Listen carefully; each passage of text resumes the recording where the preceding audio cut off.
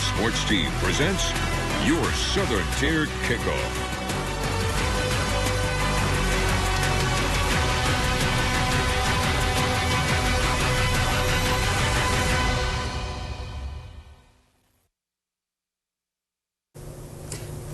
Good morning, and thank you for starting your Saturday off once again here on WBNG for another edition of the Southern Tier Kickoff Show.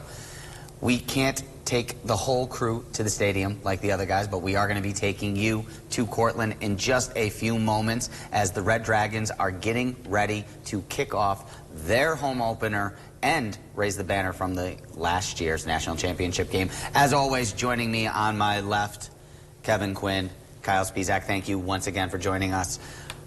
Penn State, Syracuse, both off this weekend, so right off the top, we are just real quick. Kevin, who are you looking forward to watching today now that you won't have Syracuse, you won't have Penn State on? I'll twist your question a little bit and talk about a game from last night that I really enjoyed. Arizona, Kansas State, a top 25 matchup. Kansas State's Avery Johnson looked great in that game on the ground, especially the quarterback. Really good team that, could be heating up this year. I didn't get a chance to watch it. I was watching some Friday Night Football, but that was a good game. I got a chance to watch some highlights this morning on College Game Day. How about yourself? I'm looking forward to the Civil War today, Oregon versus Oregon State. Oregon's had some trouble when it comes to getting on the board, and Oregon State, Corvallis is a real hard place to go in and play, and they got a heck of a rushing team this year, which Oregon hasn't been able to stop, so it'll be interesting to see what happens there. Yeah, absolutely, and we are going to get to that game in a little bit as well. That is one of the 5 games that we are picking on our slate this Saturday, but I'll tell you, boys, the game I'm looking forward to is the game we're going to go to right now, and that is Cortland at home, celebrating the 2023 National Championship. They are going to be raising a banner. The team is going to be kicking off in just about 20 minutes, and we are going live right now to Grady Field, and WBNG's 12 Sports' Michael Villegas, who's on the field. Michael, it looks beautiful out there. What's going on at Grady Field? Yeah, Zach, it is a beautiful day out. A little hot for my taste wearing this black out here, but the energy levels for this Cortland Red Dragon team are through the roof. We had Enter Sandman from Metallica coming on, getting them pumped up. But like you said, that championship banner from last year is going to be raised just in a few moments right here to my left. But this game is going to be a good one according to the Red Dragons. They're coming off a 76-0 win last week where quarterback Zach Boyes threw for 3 touchdowns. Teresa McKinney, the athletic director for Union Endicott, also being honored at halftime here. We'll speak with her and hear that later on tonight. Now, Lycoming is coming off a 1-0 win as well. They beat Widener 42-12 last week. Now, the Red Dragons faced Lycoming last year, and they won that matchup 62-7. So we'll see if Lycoming can come back this season and show them out. So, like I said, the energy levels are high, the music's going, but everything here is getting pumped up for this matchup. We have everyone being honored in Teresa McKinney, last year's national championship team. So that's all you could ask for a great Saturday for college football. But for right now, from Grady Fields in Cortland County, I'm Michael Villegas for Southern Tier Kickoff. Thank you so much, Michael. And as he mentioned, that kickoff is just about 20 minutes away. So let's get right into it and break down the Red Dragons matchup with Lycoming. Cortland coming into their home opener, as Michael said, off a record-setting performance last week against Hilbert. The Dragons dropped 76 points, the most in program history. The team poised to pick up right where they left off as well from the national championship season last year, returning more than 30 seniors to this squad. The Dragons do need to replace both starting wide receivers, though. Cole Burgess, J.J. Lapp, now both looking to play on Sundays as they've picked up on a couple of practice squads. Senior running back Jaden Alfano St. John's, now senior wide receiver Jaden Alfano St. John. He's helping out to carry the load. We spoke with Cortland head coach Kurt Fitzpatrick this week about what the team's mentality is heading into this home opener and how they are keeping focused amid all the high expectations. We understand big goals. We understand where we're ranked. We don't really talk about our national ranking or expectations from outsiders. We try to focus, keep it small, keep it on today's practice, keep it on this week's game, and don't really get beyond that. If we can do that, then that's something that, college kids, 18 to 22, even 42-year-old coaches, it's much easier for me to deal with the season when I think about it in very small pieces. is that one of the ways that he's helping to think about the season, a senior quarterback, bringing back Zach Boyce. And Kevin, we're going to head on over to you now. Kevin, I know you got a chance to break down a little bit of the tape and learn a little bit more about Zach Boyce. What does Cortland have behind center? Yeah, of course. So as the Red Dragons get ready for their home opener, the focus is on the man under center, quarterback Zach Boyce. Boyce was named to the Associated Press Division III All-American team last season, capping off the Red Dragons' magical season with 349 yards passing and 123 rushing yards in the title game. Yes, those are real numbers. Boyce was efficient last week, but with the defensive masterclass put on the Red Dragons in their 76-0 win against Hilbert College, he only needed to throw the ball 12 times. 3 of those passes found the end zone, and Boyce's 3 rushes for 51 yards, good for 17 yards a carry. The senior quarterback has proven he has the ability to make defenses pay, both through the air and on the ground. And this week, he's excited to raise a championship banner and start a new quest for another national championship. I thought when we got our rings, it was like, the last thing that we kind of needed to do for it. But, it's awesome just to have that recognition and be able to relive it like one more time for this year. And then, down the line, I could go back and look back and remember. But, I'm excited to get all the older guys here and the guys from last year, see them again and unveil the banner for the new fans.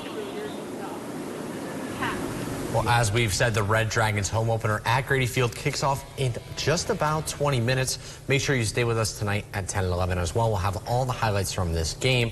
But let's see what some keys to this game are. We'll toss it right over to our Kyle Spisak. Kyle's going to be with us in just a second. We're having a little bit of technical difficulties, but Kyle, thank you for joining us.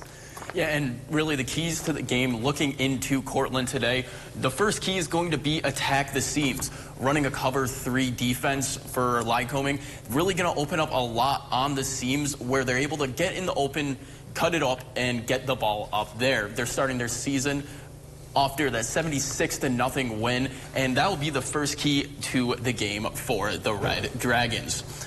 And the second key to the game will be the run-pass option in this game. Cortland's game plan with Lycoming being an aggressive team against the run. Misdirections will help find gaps in the line. And lastly, creating space for playmakers will be a huge key for this game. Getting them to the outside and letting playmakers turn the Jets on downhill will be key to getting the Red Dragons on the board early. And taking a look at the last week's game, first downs for Cortland, 22. They held Hilbert to 1 first down in the entire game.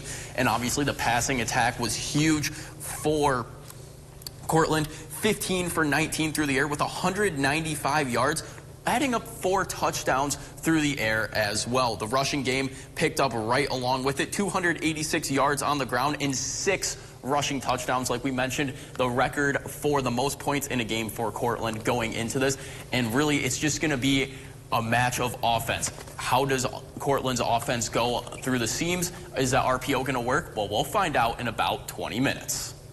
All right, thank you so much, Kyle. We are looking forward to that. And again, stay tuned at 10 and 11 as we will have the highlights from that game. But coming up after the break, Red Dragons not the only team in the Southern Tier playing this weekend. We will look at some of the local colleges and universities and how they match up this Saturday. Stay with us.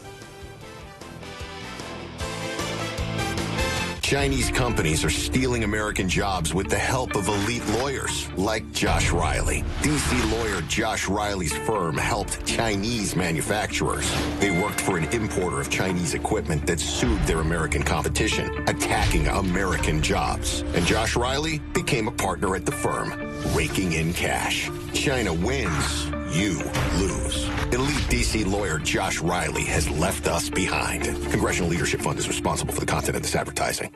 The annual Chow Walk is back, making this the 42nd year of fighting hunger in Broome County. Join us on Saturday, September 21st at any time from 12 p.m. to 4 p.m. here at the Oakdale Commons to show your support. There's going to be vendors, donations, and activities for people of all ages, so make sure you bring your entire team or your entire family. Walk with us, donate, or just come for the fun. Every single bit of awareness can help. And you can always bring a non-perishable food item to donate. We hope to see you here for the 42nd Annual Chow Walk on September 21st. And remember, it's not a race. I'm going to win. No, I'm going to win. No, I'm definitely going to win. I'm going to win. The Chow Walk, September 21st at the Oakdale Commons. You've worked hard. Long days. Year after year. Decade after decade. You've seen a lot of things. Enjoyed the good times. And weathered the tough times. You've earned a life that you can call your own, alongside the people you love the most. Retirement worries shouldn't get in the way. But many Americans like you are finding that retiring on a fixed income is harder than they expected. Fortunately, there are thousands of benefits programs that can help. Visit benefitscheckup.org to see if you're among the millions of people eligible for thousands of dollars in benefits to help you age well, so you can focus on what's really important. Benefits Checkup. You've earned this. It's a beautiful day in Appalachian, New York. Hi, I'm Kurt Gravely, President and Chief Executive Officer of Security Mutual Life. We just wrapped up the 23rd annual Jim Mudcat Grant Legacy All-Star Golf Tournament at the Links at Hiawatha. Since 2002, this tournament has helped raise funds that have supported so many in our local community. We want to thank our sponsors, celebrities, and volunteers who helped make this tournament a success again this year. Thank you. WBNG is now hiring full-time and part-time positions in all departments. Work behind the scenes at the Southern Tier's #1 TV station. Go to gray.tv/careers now to apply. The 12 Sports Team presents your Southern Tier Kickoff.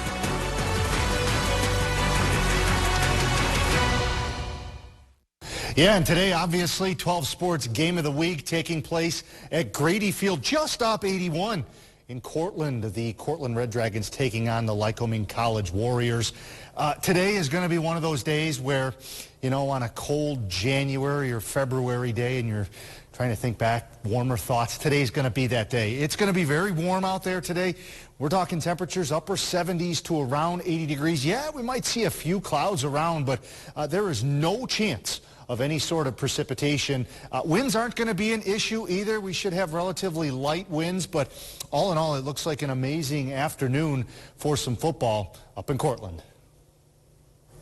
Chief Meteorologist Howard Manges subbing in this Saturday. Thank you so much, sir. And Colgate also on the road this week. The Raiders looking to avoid an 0-3 start, and they face what could be one of their toughest challenges of the season. Raiders headed to Ohio, where they will face off against Akron on the road. That game kicking off at 6 p.m. this evening. It is the only FBS opponent on the schedule this season for Colgate. Akron also starting the season 0-2, but they've started against two Big Ten opponents, that Ohio State and Rutgers. Their tough schedule continues with a road trip south to South Carolina next week. The Raiders will get a look at some new technology in this one, as the FBS has approved in-game helmet communications. While the technology has not yet been approved at the FCS level, teams are able to use the new communication system when they are playing at the FBS. One offensive player, one defensive player will be able to hear their coaches through the helmets this week. Pre-snap, quarterbacks and linebackers traditionally going to be the ones who will be hearing from the HC. It's been more than 20 years since the Raiders last won against an FBS program. That leaves us with the question, are they going to shock the college landscape this evening? And the Ithaca Bombers look to turn things around this week after a home opener against lost the number 8 John Hopkins last week. This afternoon, the Bombers are hosting another top 25 matchup as number 16 Endicott College comes to Butterfield Stadium. The Bombers putting up a good fight against John Hopkins, falling by only a field goal after putting up 109 yards and 2 touchdowns on the ground, along with 250 yards through the air and 1 touchdown. Endicott looking to keep the momentum rolling this week after a dominating St. Lawrence 44-13 win last weekend. Quarterback Clayton Merengi dropped 190 yards through the air and 3 touchdowns while completing 76% of his passes against St. Lawrence. Merengi also led Endicott on the ground with 53 yards and a touchdown, but Michael Viachone also found himself with 2 scores on the ground. This game will come down to which defense can get the most pressure on the opposing quarterback and who can stay strapped to wide receivers, not allowing separation. This game takes place in Ithaca at 1 p.m. at Butterfield Stadium. And Hartwick opened their season last week on the road versus Maine Maritime, a resounding 62-6 victory for the Hawks. They're looking to keep the good vibes rolling as they continue their road trip against Keystone College in LaPlume, Pennsylvania. Keystone looking to get their first win of the season after falling in their opener. The two teams met last season in Oneonta, where Hartwick earned their only win of the 2023 season. A win today, and they'll already have eclipsed their win total from last season. In last week's matchup, Hartwick turned the ball over a few times early in the game before scoring 62 unanswered points. They're hoping to keep the offensive firepower rolling as they close out their two-game road trip to start the season. Look out for defensive back Michael Varicho in this one. He had 2 interceptions in the season opener, including a pick-6 for the Hawks. Both receiver Carlito Aldemay and running back Carlton McDonald totaled over 100 yards of offense for the Hawks last week as well.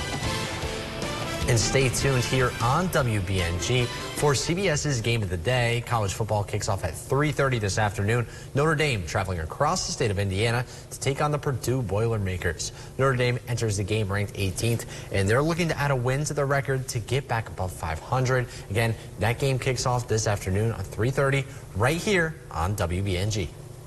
And we are going to have our picks for that game with Purdue and Notre Dame, as well as some of the other marquee matchups that are set to kick off at noon, 3:37.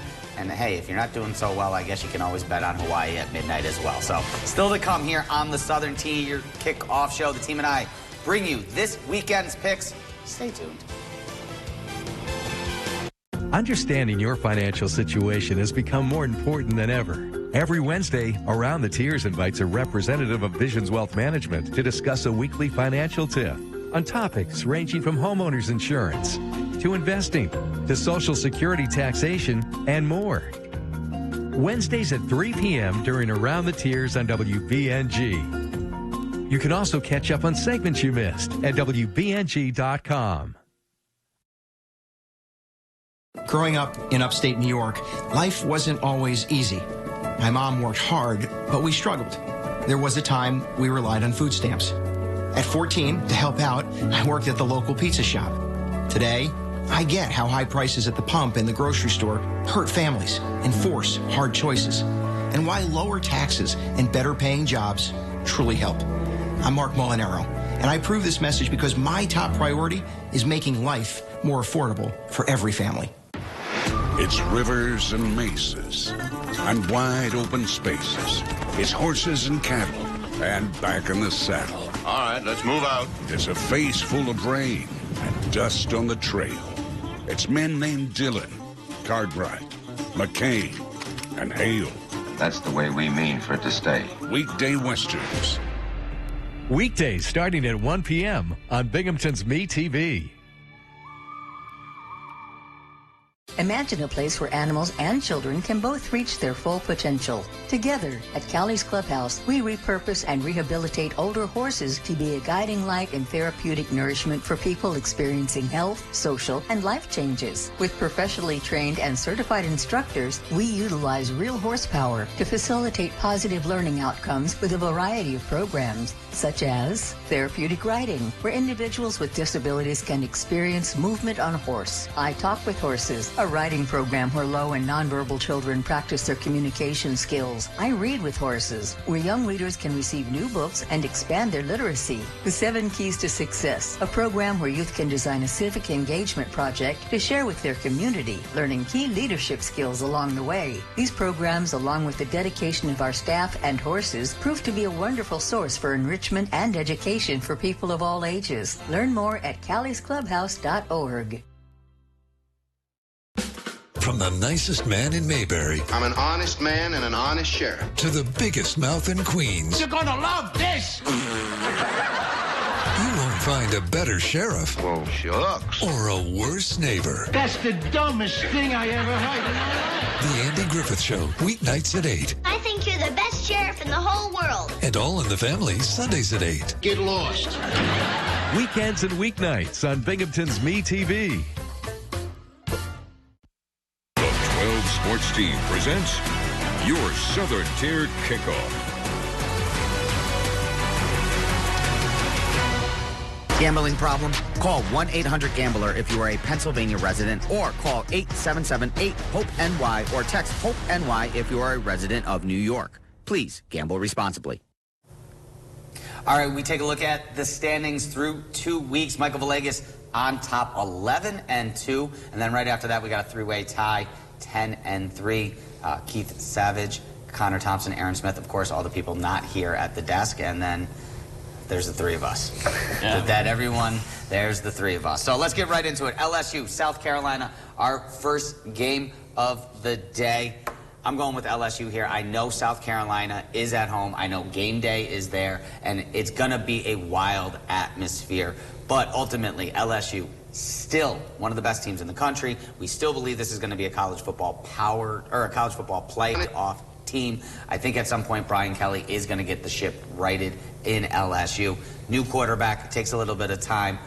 Go with the under, though, on this one. I mean, between the atmosphere and the poor offenses and that South Carolina pass rush, I like the under in this game. We're going to take LSU. What did you got, Kevin? Yeah, I'm going to go with LSU as well here. Like you said, Brian Kelly going to need to right the ship here. The classic Brian Kelly team starting slow, sort of picking up as the season goes on. I think a big statement conference win here could really do some damage for LSU. Thinking maybe something looking like a 24-17 kind of final score, I could definitely see.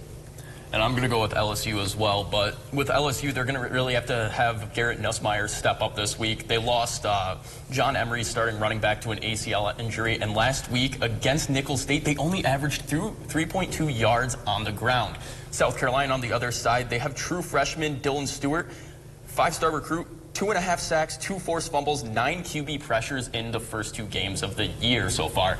I'm going to say this goes to LSU, but it's going to be about a 28-24 matchup. Yeah, and I mean, but that being said, 28-24, LSU's not going to cover because it's 6.5, but I think that they do get it. I think it will be a touchdown one. We'll stay with some SEC teams here. Well, actually, one SEC, one Big Ten, Alabama and Wisconsin. Alabama minus 16.5. Look, I like the Tide. Just a lot of offense. Jalen Monroe is going to get his thing going. And I know they're rebounding. New coach, getting used to that system. They're just too good. Alabama's really good. I think they're going to win. I think they're going to win big. And a Big Ten offense just can't keep up with the SEC. What do you think? I got to agree with you there, Zach. It's definitely, we got to roll Tide here. The thing with Jalen Monroe under center is you're getting a very dynamic quarterback under center. He can hurt you on the ground. He can hurt you through the air. This Wisconsin defense is going to have a big challenge today, and I think that they're not quite up to it. Kyle? And I'm going to go with Bama as well. Wisconsin's without Jake Che, who's the number 2 tackler on the team. They're out without that linebacker, and Bama did only lead 14-13 at half last week against USF. But this week they have starting linemen Elijah Pritchard and Kalen Proctor back, who are huge losses and part of the reason why that line was collapsing so quick last week. With them back, Bama will stand a lot taller, and Milroe will have a lot more time to be on his feet and work around the pocket and get the downfield. 14-13 at half, they still put up 42 points and basically held them scoreless in the second half. So Alabama's just got waves and waves and waves. All right, game of the day, Notre Dame at Purdue. Notre Dame got the hot coach, but he's on the hot seat. Marcus Williams not winning big games that he should be against teams that he shouldn't be. Coming off the loss against Northern Illinois, that seat's only going to get hotter because I like Purdue. Purdue on CBS, in big games, on main event stages, shows out. Now, granted, they're not playing against Ohio State, who traditionally, they ruin the season for the Buckeyes every year, but I think they're going to end up ruining Notre Dame's season and giving them a second loss. I like Purdue outright. I like Notre Dame here. The reason why, yes, Notre Dame has been known to drop the game that they're not supposed to, like last week versus Northern Illinois, a couple years ago versus Marshall, but after that, it sort of gets them into the swing of things. It's not, preferred to lose to teams that you definitely should be beating, but I think it does have some effect in motivating them towards bigger wins as the schedule gets down. So let's go with Notre Dame here. I'm going to go with Notre Dame as well. Riley Leonard last week, he's battling a non-throwing shoulder injury, and that kind of gave a lot of issues with Notre Dame. They had to change up their system, working more as a pocket passing quarterback when he is a very mobile quarterback. So that changed up their game plan, which kind of constitutes part of the reason to the loss in Northern Illinois. Purdue, on the other end, they are ranked the #1 defense against scoring in the entire nation, but they've only played one game, and it was against Southern Indiana. So I can't really take those stats much to heart. I think Notre Dame, this is going to be a do-or-die game. They're really going to bounce back big this one. Freeman's on the hot seat. I think they take this by a score of 2 touchdowns. All right, all right. Let's real quick roll through a couple of rivalry games. Oregon State.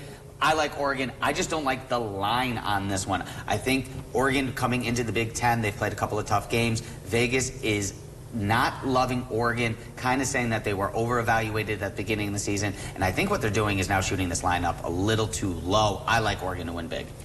I'm going to have to go with Oregon State here, not to win, but to cover. Like we mentioned, Oregon playing very, very tight football games so far this season, including one versus Idaho a couple weeks ago.